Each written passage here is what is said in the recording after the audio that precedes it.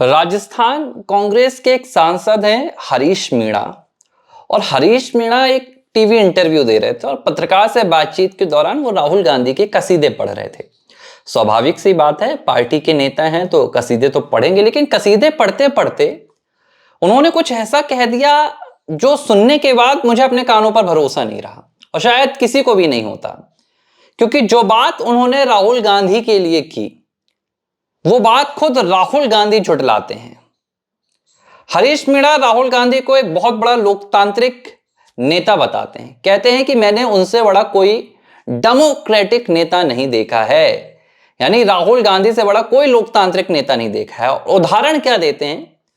उदाहरण के तौर पर वो कहते हैं कि जब लोकसभा चुनाव के नतीजे आ गए, कांग्रेस पार्टी के 99 सांसद जीत कर आ गए, 100 सांसद हो गए कुल, तो राहुल गांधी विपक्ष के नेता बनने के बाद ऑफिस में बुलाते हैं तमाम सांसदों को कांग्रेस के, और उन सांसदों से कहते हैं कि आप में से किसी को भी मुझसे मिलने के लिए अपॉइंटमेंट लेने की जरूरत नहीं है।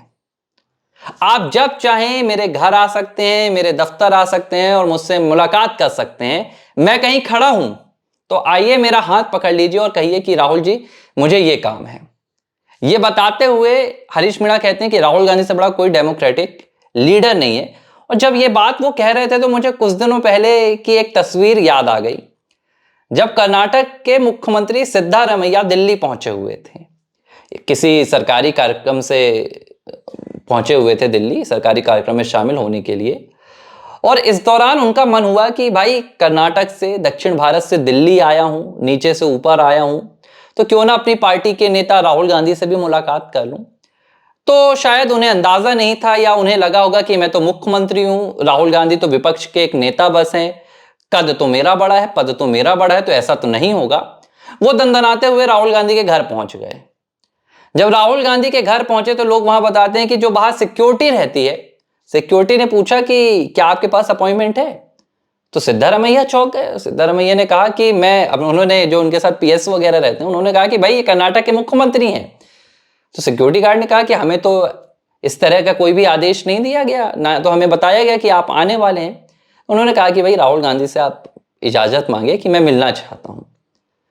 लोग बताते हैं कि सिक्योरिटी अंदर गई, राहुल गांधी तक ये मैसेज पहुंचाया गया कि सिद्धारमैया आपसे मिलना चाहते हैं। तो राहुल गांधी का जो जवाब आया वो बड़ा सुनने लायक है। राहुल गांधी ने पूछा कि क्या मेरे अपॉइंटमेंट की लिस्ट में कर्नाटक के चीफ मिनिस्टर का नाम है? उन्होंने कहा नाम तो नहीं है। तो राहुल गांधी ने कहा कि बिना अपॉइंटमेंट मैं कैसे मिल सकता हूं। बाकायदा सिद्धारमैया अपना लाव लश्कर लेकर लौट गए, और दुख इतना रह गया कि दिल्ली में जब एक मीडिया कर्मी ने उनसे पूछ लिया कि आप राहुल गांधी से मिलने गए थे, तो उन्होंने बातों ही बातों में बता भी दिया कि राहुल गांधी से मुलाकात का मैंने अपॉइंटमेंट नहीं लिया था, इसलिए मुलाकात नहीं हो पाई है। यह है राहुल गांधी का डेमोक्रेटिक अंदाज। अब एक और बात मैं आपको बताता हूं, सोशल मीडिया पर इन दिनों राहुल गांधी की जो एड कैंपेनिंग है वो तेज हो गई है। जो 2022 में जब राहुल गांधी भारत जोड़ो यात्रा कर रहे थे, तो सोशल मीडिया पर बहुत जबरदस्त तरीके से उन्होंने एक अपना कैप्चर करने की कोशिश की थी, और ये सीख उन्हें पीएम मोदी से मिली थी। 2014 में जब पीएम मोदी को प्रधानमंत्री कैंडिडेट घोषित किया था एनडीए ने, तो उन्होंने सोशल मीडिया के जरिए देश की जनता और युवाओं के बीच तक पहुंचने का रास्ता बनाया था। राहुल गांधी को लगा कि भैया ये मेरे लिए भी एक अच्छा रास्ता हो सकता है। वो अपनी एक सी एक उन्होंने अपनी ड्रेसेस चेंज की, टी शर्ट पहनने लगे ताकि युवाओं के बीच युवा नजर आए, युवा उनसे आकर्षित हों। उन्हें नहीं समझ में आता कि युवा आकर्षित विकास से होते हैं, युवा आकर्षित 5-10 हजार की टी शर्ट पहनने से नहीं होते हैं, शायद ज्यादा महंगी थी। तो राहुल गांधी ने सोशल मीडिया पर अपनी पैठ जमाना शुरू की, और उस वक्त उनकी खूब रील चली। और हर रील के नीचे राहुल गांधी क्या करते हैं, उनकी टीम क्या करती है, फेसबुक को पैसे देकर, ये एक आम प्रक्रिया है कि आप फेसबुक को पैसा दें तो फेसबुक आपकी रील को दूर दूर तक पहुंचाने का काम करता है। ये राहुल गांधी 2022 में कर रहे थे ताकि सोशल मीडिया पर वो अपनी मौजूदगी दर्ज करा सके, उनके फॉलोवर्स गेन हो जाए, उनके व्यूज आए, लोगों तक उनकी तस्वीरें पहुंचे। अब जब राहुल गांधी वोटर अधिकार यात्रा निकाल रहे हैं, विपक्ष के नेता बन चुके हैं, बड़े नेता बनकर उनको दिखाना है, वो ये दावे ठोक रहे हैं कि गुजरात में पीएम मोदी को हराएंगे, वाराणसी में प्रियंका पीएम मोदी को हराएंगी, देश के अगले प्रधानमंत्री बन जाएंगे, सरकार को चल देंगे, इस तरह के दावे कर रहे हैं। तो सोशल मीडिया पर अपनी एक बहुत बड़ी तस्वीर दिखाना चाहते हैं। राहुल गांधी अपनी लोकप्रियता में इजाफा करवाना चाहते हैं और इसके लिए उन्होंने फंडिंग शुरू कर दी है। कई ऐसी चर्चाएं निकलकर सामने आ रही हैं कि वोटर अधिकार यात्रा के दौरान जो कई सोशल मीडिया इन्फ्लुएंसर्स थे, उन्हें कहा गया कि आप राहुल गांधी के इन आरोप पर वीडियो बनाइए और राहुल गांधी का पक्ष रखिए। लोगों ने कोशिशें भी की, लेकिन जब आपको याद होगा कि वो आंकड़े झूठे निकले और उन आंकड़ों के बाद खटाखट वीडियो डिलीट होने लगे। ये एक चीज हुई। अब दूसरी चीज हो रही है कि जो यूट्यूब चैनल्स हैं, कुछ मीडिया हैं, जिन्हें लगता है कि भाई राहुल गांधी कल को सत्ता में आ गए तो उनकी रोटी कैसे चलेगी, उन्हें यह जिम्मेदारी सौंपी गई है कि आप राहुल गांधी की छवि को धुलने का काम कीजिए। जो छवि बनी हुई है राहुल गांधी की, उसे आप बदलने का काम कीजिए। तो कुछ पत्रकार लॉबी भी है जो बैठकर चर्चा कर रही है और बता रही है कि राहुल गांधी कितने सहज नेता हैं। राहुल गांधी संसद में अगर पत्रकारों के ऊपर कोई आफत आ जाती है तो राहुल गांधी दौड़कर पहुंच जाते हैं। अब मुझे एक बात समझ में नहीं आ रही है कि राहुल गांधी इतने बड़े डेमोक्रेटिक नेता हैं, ये बात पार्टी के भीतर के लोग बता रहे हैं देश की जनता को अब, लेकिन उन तस्वीरों का क्या जो देश की जनता के सामने आती हैं, उन्हें कैसे झुटलाया जा सकता है।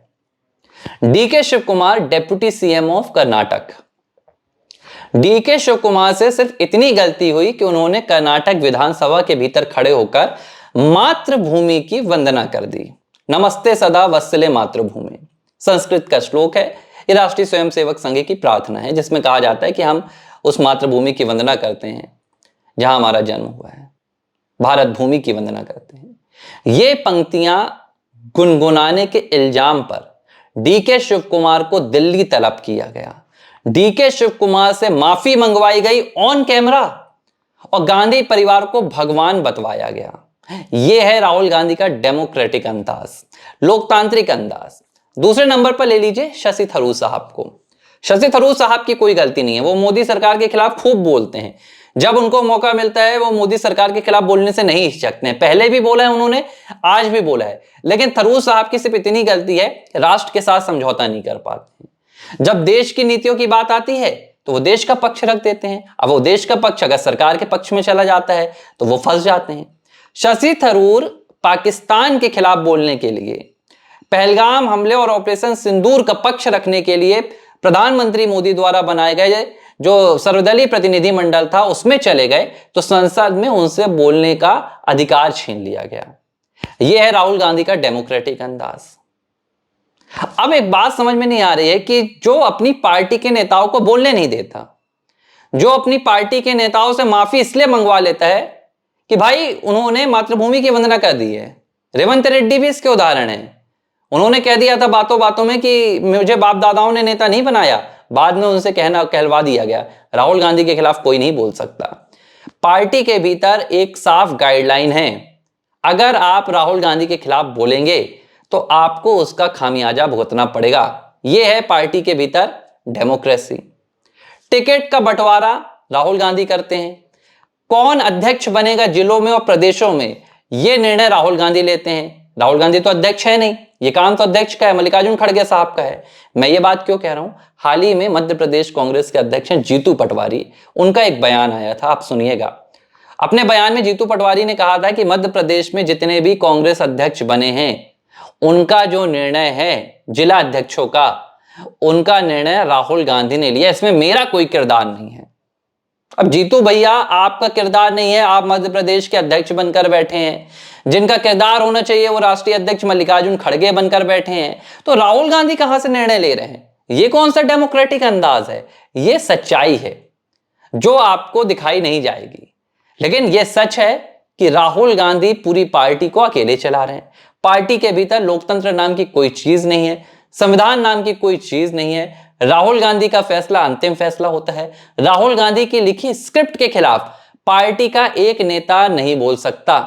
यहां तक कि राहुल गांधी ने यह ऐलान कर दिया था कि कोई राम मंदिर के दर्शन करने भी नहीं जाएगा। उद्घाटन में तमाम नेताओं ने कन्नी काट ली थी। यह है राहुल गांधी का डेमोक्रेटिक अंदाज। लेकिन अब अपनी छवि को धुलने के लिए, जनता के बीच में यह दिखाने के लिए कि राहुल गांधी कितने उदार दिल के नेता हैं, कितना लोकतंत्र में विश्वास करने वाले नेता हैं, ये पूरी एड कैंपेनिंग चलाई जा रही है जहां राहुल गांधी की छवि को धुलने की कोशिश की जा रही है। लेकिन भाई आप कब तक धुलेंगे? जो सच्चाई है वो तो सामने है। ये बात 2019 के लोकसभा चुनाव की भी आई थी। गुलाम नबी आजाद ने कहा कि जब राहुल गांधी ने कहा कि ये नारा लगाइए चौकीदार चोर है पीएम मोदी के खिलाफ, तो गुलाम नबी आजाद ने और पार्टी के वहां जो कई वरिष्ठ नेता हैं उन्होंने कहा कि हम ये नारा कैसे लगा दी, ये नारा ठीक नहीं है। तो राहुल गांधी ने उन पर दबाव बनाया कि अगर आप ये नारा नहीं लगाते हैं तो आप पार्टी से किनारे हो जाइए। इस तरह की दादागिरी राहुल गांधी करते हैं। ये सिर्फ पार्टी की बात है, ये सिर्फ मुख्यमंत्रियों की बात है। राहुल गांधी अगर कहीं धोखे से देश में कोई सत्ताधारी पद में आ जाते हैं तो फिर राहुल गांधी की क्या तानाशाही चलेगी ये भगवान जाने। लेकिन जो तस्वीरें अभी दिख रही हैं वो सच ही इतना कड़वा है जिसको देखने और समझने के बाद अपने आप में ये बात सोचने लायक है कि ये कौन लोग हैं जिन्हें राहुल गांधी में डेमोक्रेटिक नेता नजर आ रहा है। उन लोगों को बताना चाहिए कि अगर राहुल गांधी डेमोक्रेटिक नेता हैं तो ये जो तस्वीरें निकलकर सामने आ रही हैं जो देश के सामने हैं, ये कोई बंद पर्दे की कहानी नहीं है, ये तो दिखने वाली तस्वीरें हैं। इन तस्वीरों को आप कैसे झुटलाएंगे? एबीसी हिंदी न्यूज, आज ही जुड़िए हर खबर के साथ।